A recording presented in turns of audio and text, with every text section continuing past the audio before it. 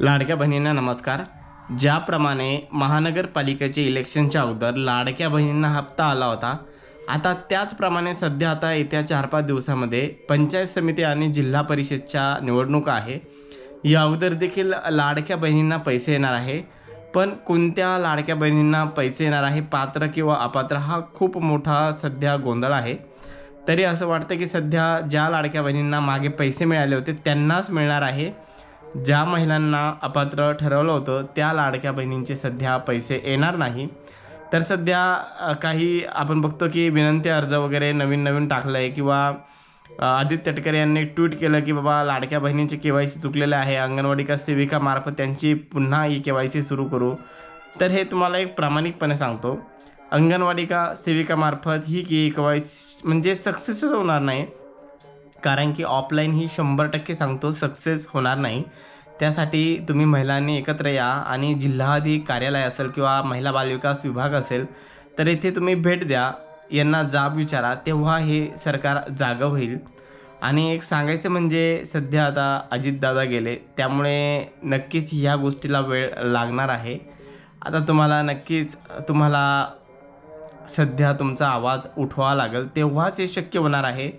आता जो विनंती अर्ज वगैरे काढला आहे, आपण बघतो की याला ऑफलाईन भरा, म्हणजे असे 1-2 जिल्हे आहे की त्या जिल्ह्यामध्ये अंगणवाडी का सेविका निर्देश आले आहे की तुम्ही जमा करून घ्या, आणि अंगणवाडी का सेविका फक्त जमा करून गठ्ठा करून ठेवून देत आहे, त्यांना वरती काय त्यांनी पाठवत नाही सध्या।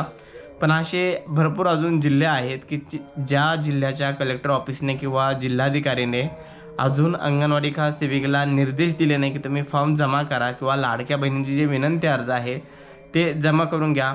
आता याच्यामध्ये 2 गोंधळ झाले। एक तर त्यांनी ट्विट केलं होतं आदित्य तटकरे यांनी की लाडके बहिणी म्हणजे अंगणवाडी का सेविका आहे यांच्यामार्फत लाडक्या बहिणीचे पुन्हा व्हेरिफिकेशन होणार आहे, आणि दुसरं एक यांनी विनंती अर्ज काढला, याच्यामध्ये काय केला, घोळ करून टाकला। म्हणजे आता लाडक्या बहिणी एक तर विनंती अर्ज देतील का व्हेरिफिकेशन करतील, हा एक मोठा प्रश्न आहे। पण मी तुम्हाला सांगतो, हे दोन्ही सध्या एक टाइमपास आहे, हे फक्त लाडक्या बहिणींना गुंतवण्याचा कार्यक्रम चालू आहे।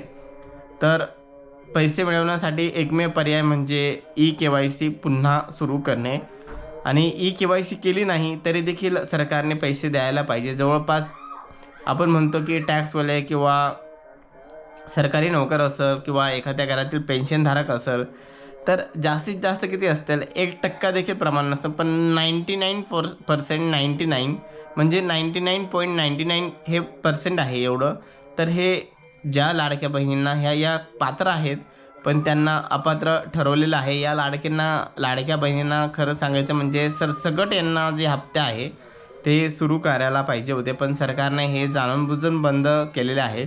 त्यासाठी मी नेहमी सांगत असतो, लाडक्या बहिणी तुम्ही जागृत व्हा, तुमचा आवाज उठवा। जोपर्यंत तुम्ही आवाज उठवत नाही तोपर्यंत हे सरकार जागं होणार नाही। आता आपण देखील सध्या आता मी ॲप्लिकेशन तयार केलेलं आहे लाडक्या बहिणींना मुख्यमंत्र्यांना पाठवण्यासाठी।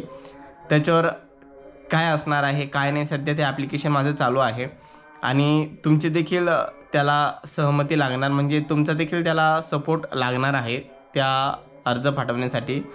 तर मी तुम्हाला नंतर पुढच्या व्हिडिओमध्ये तो सांगणारच आहे, अर्ज कशा पद्धतीने केला आहे किंवा अर्जाला आपण काय नेमकं त्याच्यामध्ये नमूद केलं आहे, तर हे सगळं आपण देणार आहे।